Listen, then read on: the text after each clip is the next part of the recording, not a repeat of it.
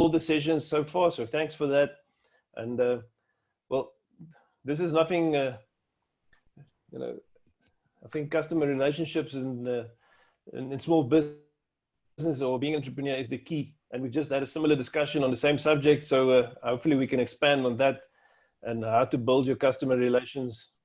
And with that, we've got Soud Hyder. Soud is a co-founder of Go. Am I correct saying that, Soud? Yeah, that's fine. Correct pronunciation. It's a data-driven social media-powered FMCG distribution platform. Soud is a well-known and experienced entrepreneur himself, and his operations in the East Africa and international space is valuable, and he's got some experience in the USA. And through his experience, he's been involved with digital transformation of various scales, and he's been very active in digital advancement, as well as publishing and networks. And I think coming from such a broad background and having so many years of experience in business and being an entrepreneur, Soud can bring a valuable contribution to all of our attendees here. And I encourage you to ask him questions and to make use of this opportunity as we go along. Soud, do you have something you want to present? No. We can just quickly go through. I can introduce myself, and then we can just have the discussion. Okay. All right. So with that, give us a brief introduction about yourself, Soud, and your background, and then we can take a question and answer session from there and going forward.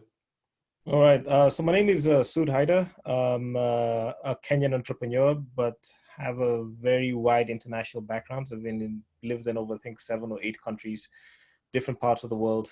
And yeah, so we recently founded Go with a colleague that I used to work with in my former job, and raised a little bit of what they call pre-seed money, launched in Kenya. And one of the reasons why we're both African. He's from Algeria, I'm from Kenya, but we saw that there's a big opportunity for us to take what we've learned out there, bring it to our home markets and to our home continent. And they always say this is the time that Africa is rising. It has its own challenges, but yeah, so my background is in computer science and economics. I did a lot of work in digital media, and now, full out on entrepreneurship, working with both formal and informal retailers, at least in Kenya for now.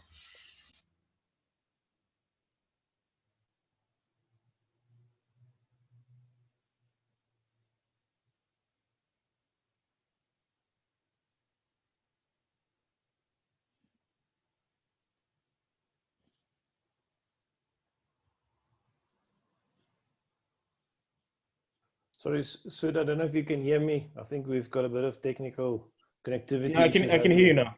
I can hear you now. Sorry, I'm just going to keep my video off for the time being until the connection stabilizes. No worries. So please continue, Soud. Yeah, so that's my my background. And what we're doing at Go pretty much is we're solving the fragmented supply chain. So most of consumer goods in Africa and most parts of the developing world kind of go through informal retail, and they're the most dominant channel. So replacing informal retail, one, has social repercussions, but even from a point of view of a business, it's not possible because majority of the retail goes through, whether it's spaza shops in South Africa or kiosks or dukas in Kenya and Tanzania. So they form a critical part of the economy. So what we're trying to do is help these guys digitize, one, by not only improving their processes, but also giving them access to better supply partners and modes of supply, so that are more reliable, cheaper, to allow them to kind of do their day-to-day operations. But most importantly, the second step of what you're trying to do is to give these guys digital storefronts as well, and giving them a leg up to e-commerce or mobile commerce, which is the dominant way of doing business in the 21st century. So what we're trying to do is build a network of shops, buyers, and sellers, and digitizing the operations, so that it can work as some sort of very different form of Amazon, but like an Amazon that works for the African continent. That's just awesome. I think it's great work that you guys are doing. Tell me, so what made you become an entrepreneur? I mean, you come from a very broad background, like you say, you know, an international background, but what made you become an entrepreneur? What led to that? So, I mean, part of it is, you know, traveling to different parts of the world, interacting with different cultures, different ways of doing business, and, you know, thinking about how stuff is done back home. And it, like, you know, this stuff can be fixed, you know, nobody is willing to do it. So that it was more of that pain as a consumer, or that pain watching people pay a premium. You know, people who are less fortunate or lower income, people paying a premium for basic commodities, or seeing basic commodities not available in local shops because nobody's bothered to fix that problem. So it's more of just seeing those pains and that urge, and you get that itch. Is like, okay, fine, if nobody wants to fix it, we'll try out a hand and fix it. It is a difficult problem because you have to fight with incumbents, and you have to teach people and get people to do new things. But it was just that urge, you know, seeing that, you know, this stuff hasn't been solved elsewhere, it can easily be solved back home. That burning passion, you know, once the fire is lit, you cannot put it out. No? What made you start? What made you start Chap Chap Go? Or was that related to you becoming an entrepreneur? Was it that you identify a different opportunity in that space? Yeah, so basically, it's I've always had this urge for entrepreneurship since I was in school. You know, selling sweets to schoolmates, and, you know, making a little bit of money. So that urge has always been there. And when I was working in corporate, what kind of really stood out was I worked in teams that were internal entrepreneurs within corporate establishments. Specifically, our work with Al Jazeera, and kind of, you know, being shipped out to the US and launching a digital form of Al Jazeera for a totally different audience. So you just, I mean, they say that entrepreneurship can't really be taught, but it can be experienced. So just hanging around with people who are open to new ideas, solving things differently, and having the will and guts to kind of, you know, take on something and build something out of nothing. So I think it's a behavior that, you know, you get like really at some point in your life. I was lucky to have got it like very early on. And you know, it's about solving problems, and you might not have the expertise to solve those problems, but if you understand the problem in a very holistic point of view, then and working with people who can help you solve that problem, and I think that's what entrepreneurship is to me, and that's how I got onto entrepreneurship.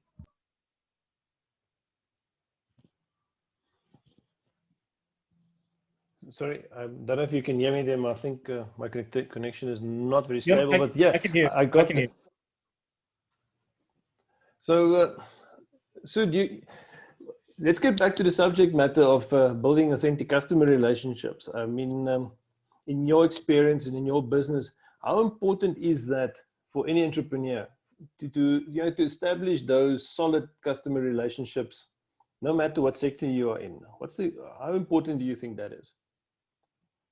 So the customers are the source of demand. Without consumer demand, it's very difficult to have a business. So it's fundamental to operating and scaling any business out there. And in particular for us, we're dealing with consumer packaged goods, so it's day-to-day essentials. We have to deal with people from different walks of life every day.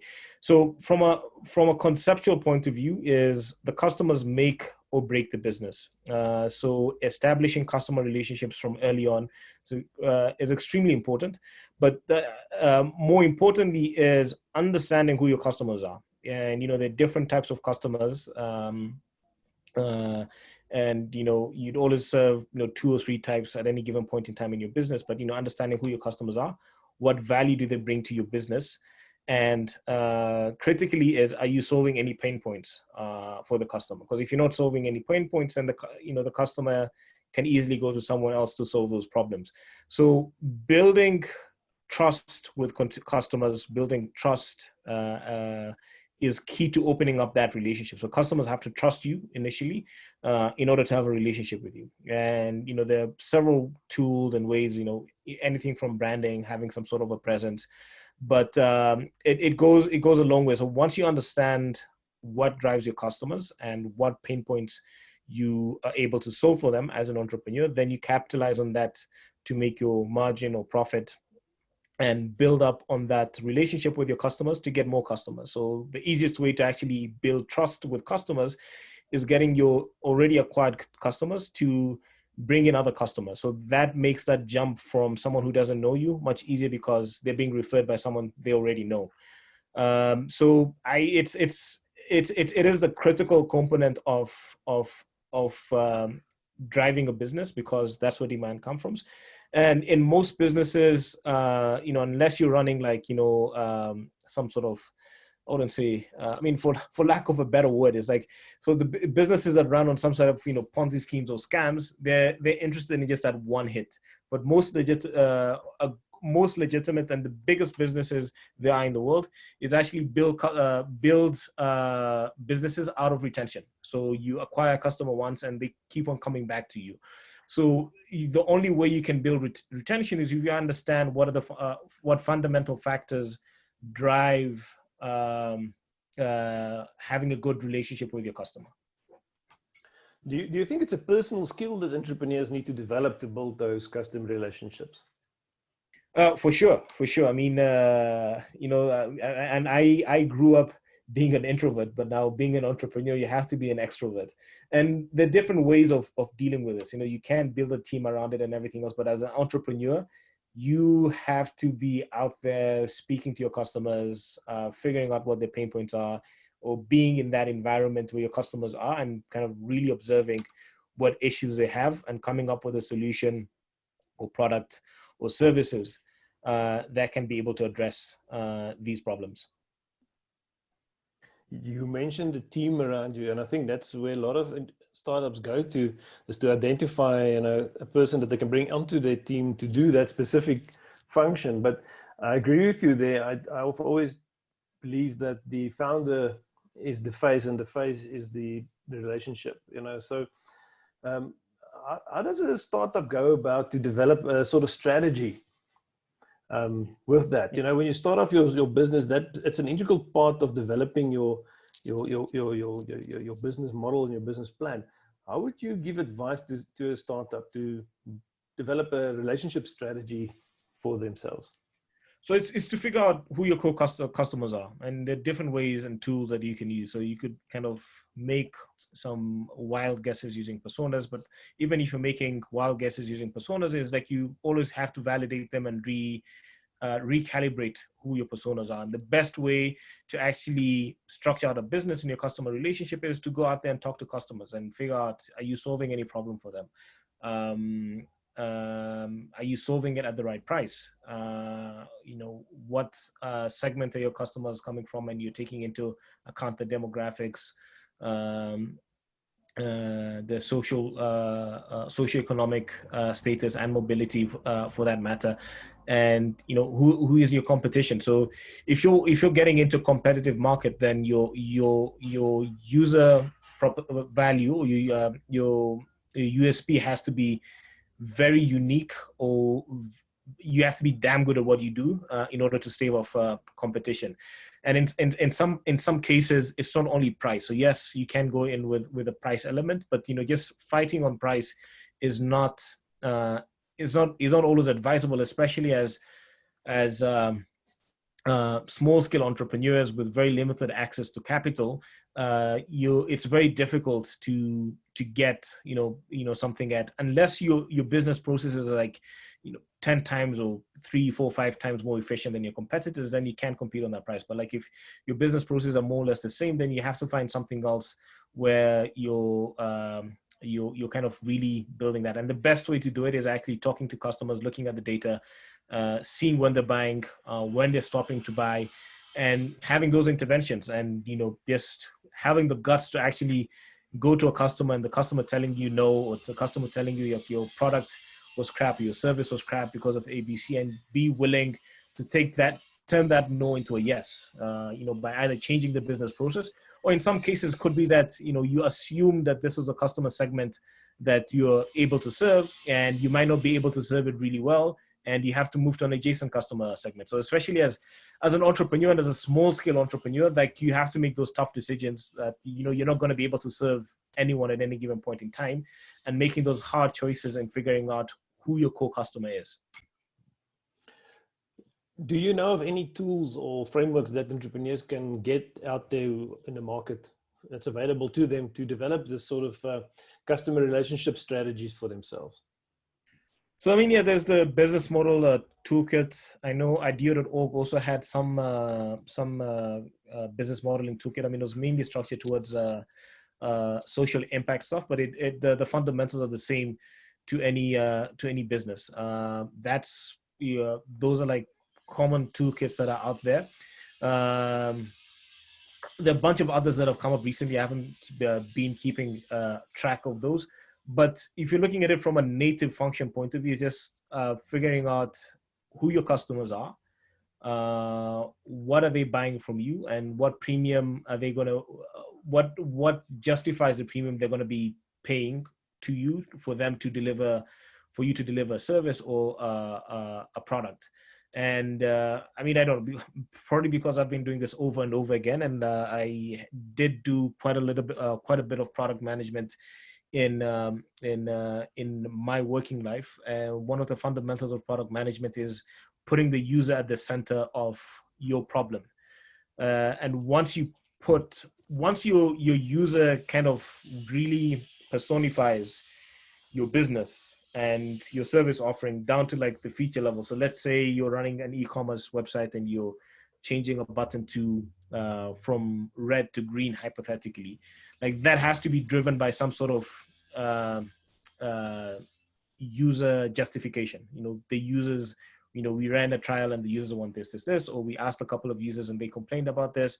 So I think it's just that native user centricity. Like if you put in your mind that, you're solving a problem for a user or a customer, then everything else falls into place. The tools just make it, make your process much better, more efficient. But like there's no replacement for that fundamental mindset that you have to solve a problem for a user or customer.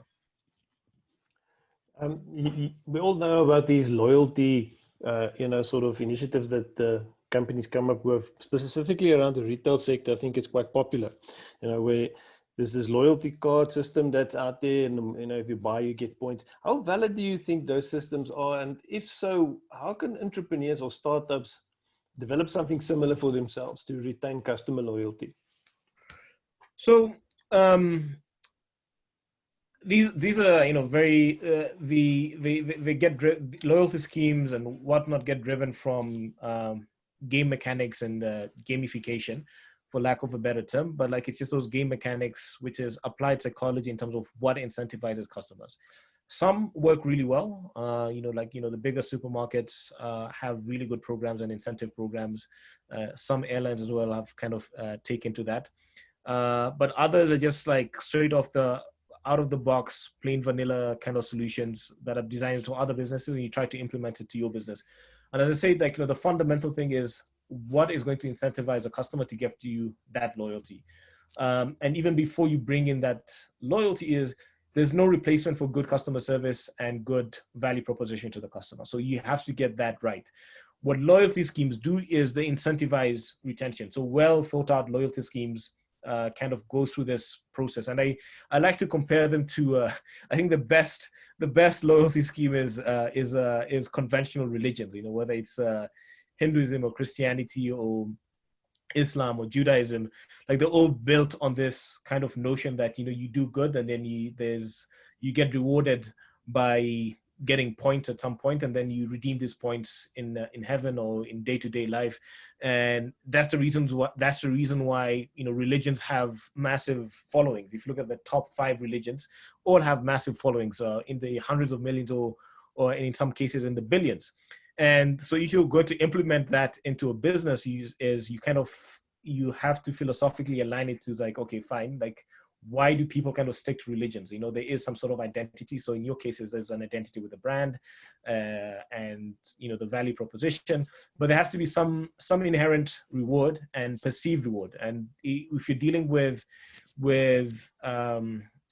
day-to-day stuff and either physical products, or you're dealing with money or discounts, that perceived reward has to be very reachable. Like if your goals are far too off that it takes someone a year or 10 years just to get a reward, then it becomes humans lose patience. So and you also have to really understand your consumer base. Like if you're dealing with Gen Z, they like that instant gratification. If you're dealing with slightly older people, they'll probably wait about a month or two to get those rewards. So those rewards have to be achievable, and kind of tweak these mechanics and programs to fundamentally fit your business. Like if you're in a business that this is not going to work, then focus on your business fundamentals. But if this can induce retention and growth, then think about it carefully. Another good example is social media. And this usually started with Facebook, the Facebook notifications, like the red, you have like on the world icon on Facebook on your top right.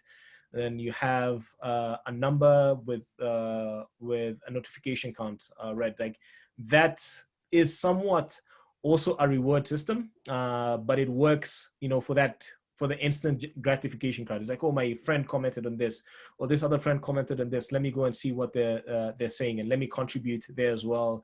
And it kind of gets into these virtuous loop where you keep on going back over and over again. And that's the basis of reward schemes, is like how do you create that virtuous loop where people are going to come back for more. Yeah, I think it's customer loyalty and customer retention is core to building customer relations. I mean, that's the two sort of main pillars, I believe, as well. With technology being available through apps like the ones that you've developed, and there's so many other apps out there, do you think that sort of places a barrier between you and your customer, being, not being able to see your customer anymore? How does that impact customer relationships? So yeah, it is so this is, it's the 21st century way of doing business, and I don't think we can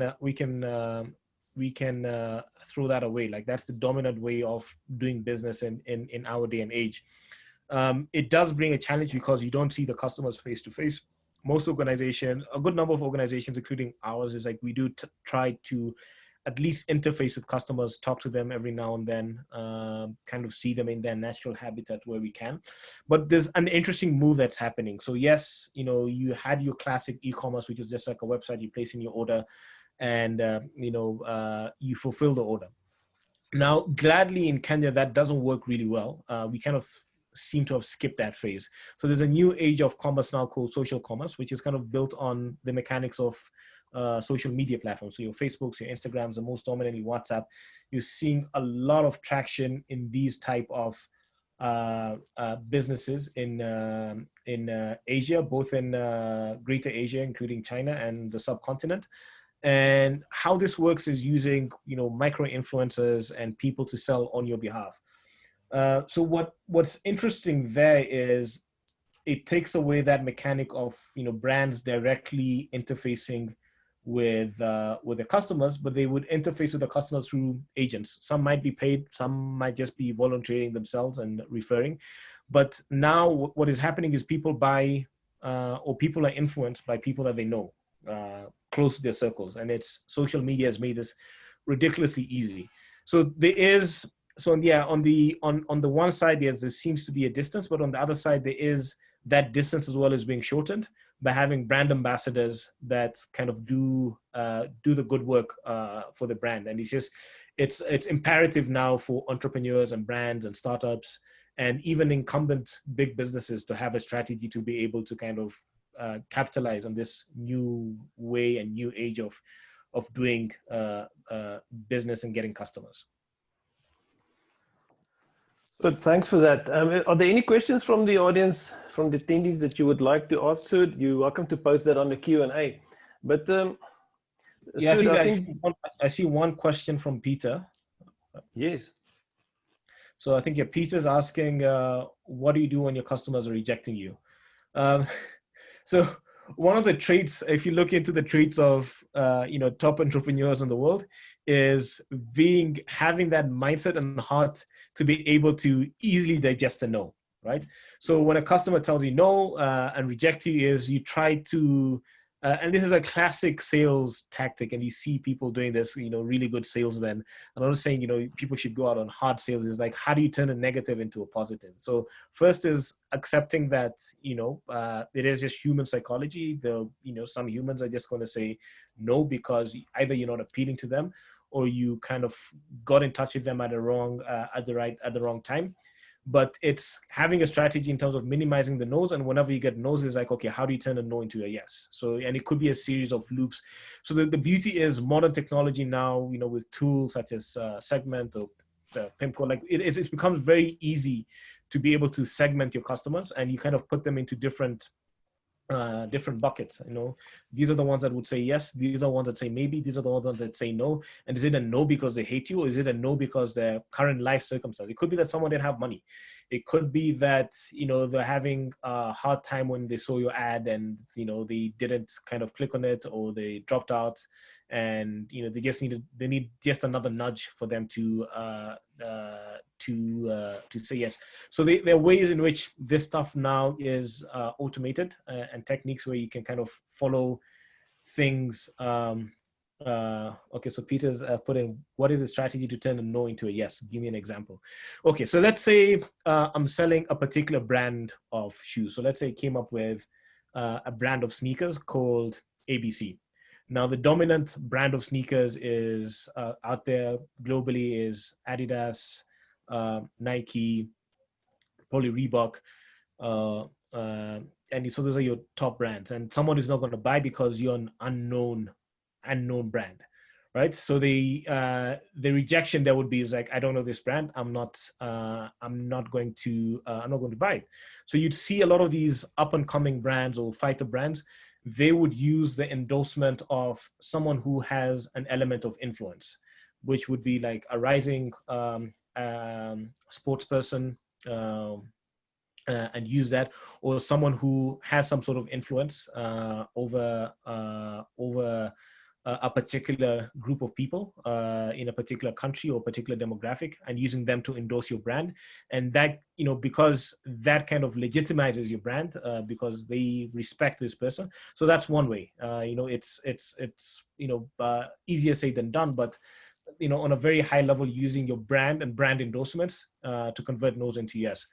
Let me try to see. So an example that recently we had to come across. So we initially started serving Nairobi, and now we've piloted with diapers because they're very light to be able to sell diapers outside Nairobi.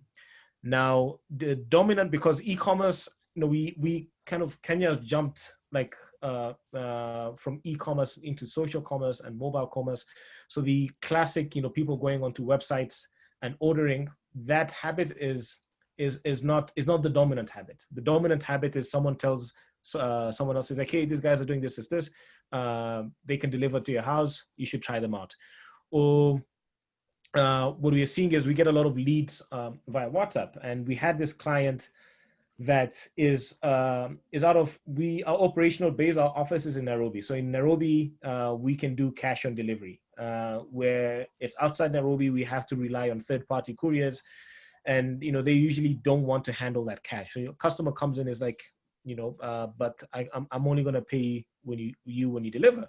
And we're like, yeah, it's physically impossible for us to be in multiple places. We're an e-commerce company, and, we ship a lot of stuff. That's why our prices are very competitive. And the customer is like, okay, so you're not physically available in where I am, but the goods are going to get to me. Like, yes, the goods are going to get to me. It's like, do you have a guarantee that the goods are going to get to you? It's like, yeah, we have a guarantee because we use reputable courier companies. One of them is the topmost courier company in the country, and we give you a tracking number so you can track the progress of your parcel or your order at any given point in time. And then they're like, okay, but what if I don't get the parcel and it doesn't get delivered on time? It's like, we guarantee you that it's going to get delivered on time, and if by bad luck, you don't get it and it gets lost and everything else, we can be able to track it, and we'll provide you with another. We'll fulfill your order, your replacement order at no extra cost. And eventually the customer is like, okay, fine, I'll place my order, and we are able to acquire the customer. So it's like, it's turning negatives into positives. I hope I've answered your question, Peter. I think you did, Soud. I think that was a very good answer from your side on that question. There's something else that somebody asked me now was, do you think customer relationships is a long-term investment to build relationships with your clients, or is it something that big brands do as part of their marketing strategy? So yeah, I mean, the reason why big brands are big brands, if you look at your Procter & Gamble, your Unilevers, and indigenous brands across the continent, the reason why these brands are big is they take customer relationship very seriously, right? And they had to start from somewhere. At some point, these were small businesses. So if you if you look at your top 100 companies or top 50 companies, whether in the country or in the world, these businesses are able to kind of stand the test of time because of customer loyalty. And the reason they have customer loyalty is because they have fantastic customer relationships. You'd find that in their packaging, they have a customer care line. More than likely, that customer care line is 0-rated or toll-free. They probably give you different channels. You can WhatsApp. Now, WhatsApp is very dominant in getting into customer care, but like you have like specific channels where you can actually raise your grievances. The product didn't meet your expectations, so you're able to kind of channel that through a system, and it's tracked. You get feedback, or the product probably was under warranty and you need to get it replaced. And there are those channels and mechanisms. So yeah, so small businesses might find this daunting, but small businesses have the advantage of actually knowing the customers inside out. Because once you scale to tens of thousands of customers, it's like, okay, you have tens of thousands of customers and you have to rely on averages and you try to do the best. But the advantage small businesses have is like, you can know your customer by name. You can know where they live. And that gives you an unfair advantage if you're fighting it out against the big brands. But I think for any business to stand the test of time, customer relationship has to be, in your top 2 or 3 priorities that you have to. So, I mean, you have to figure out where the money is going to be made, but that there's no replacement for customer relationship. So I think in conclusion, one final statement or question from you, or question to you, is how can authentic customer relationships be fostered in general in Africa by entrepreneurs? What's your view on that in the final statement? So I think we are blessed in Africa of having cultures that are very communal. I think wherever you go in Africa, it's a very communal kind of culture. So that the basis of creating communities is already there. The only difference now is you're creating a community out of a brand or a business. And I think because we already have it ingrained in our culture, we already have it ingrained in terms of how we run our societies, that makes it very easy for us now to take this to the next level. So the only difference that we're doing is like, rather than doing it at like the community level, like your physical community, your tribe, or your where you live, now you're doing it, creating a community of clients, of customers, and getting them to support each other. And I think it's important. It's for any given business, especially coming out in the content, because that's the expectation of our cultures as Africans. You have this whole communal view. So and that's why you find that a good number of foreign brands find it very difficult in penetrating the African consumer base, because they're coming in with a totally different mindset. In other places where everything is like it's a one size fits all, where if you're talking to African consumers, it's like you really have to understand the demographic of consumers, and you tune your messaging, you tune your product positioning. So I think it naturally comes for Africa, for the African context, it's already there and it is expected, and I don't see it being a barrier. With the Facebooks and WhatsApps and the tools that we have now, that makes it a little bit more complicated, but it gives you those avenues to kind of tailor your messaging to different parts of your community. So thank you very much, and thank you for your valuable contribution, your valuable time, your expertise, sharing with us your experiences in building customer relationships. And Thank you for your contribution, and thank you for your time from the bottom of our hearts. And from the foundation side and from the attendee side, I want to congratulate you on your app. I hope it's successful. The Chap Chap Go becomes global, not just regional. We hope it goes global. And just a quick reminder to all the attendees, there's a quick poll afterwards. Just a couple of questions. Just give us your feedback around the sessions. And Soud, last words from you. No, yes, wishing you guys all the best. Those who are entrepreneurs, Foundation is doing a lot of great work in kind of bringing like minds. You guys can look me up on LinkedIn. Always happy to kind of chip in where I can. And yeah, just go out and do your thing. You know, it's this is the time, and this hasn't been a better time to run a business. You know, before it was very difficult to get customers. Now it's like ridiculously easy, but also very competitive. And I wish you guys all the best in your future endeavors. And thanks to the Foundation for hosting me. It was absolutely our pleasure, and thank you to you. So with that, we're going to log off. So guys, to the attendees, before you go, just a quick question on the poll side, please. Thank you, everybody, and have a great afternoon. Hope to see you in the next sessions. All right. Bye. Bye-bye.